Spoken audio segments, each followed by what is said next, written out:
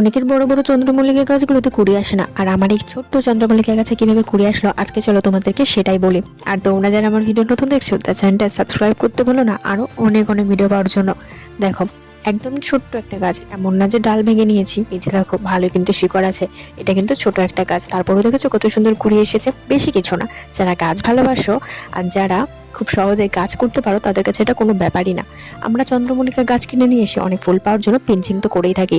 Pinching করা সেই যে ছোট ছোট ডাল, ওগুলোকে ফেলবে না। আমি মোটেই ফেলিনি, আমি কোনোবার ফেলেই না চন্দ্রমল্লিকার পিঞ্চিং করা ডালগুলো।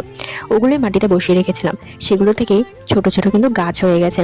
আর সেগুলোতে কিন্তু খুব সহজে কুড়ি চলে আসে। পিঞ্চিং করা ডালগুলোতে কেমন ফুল হয় দেখো, প্রতিটা পিঞ্চিং করা ডালে কত সুন্দর ফুল হচ্ছে।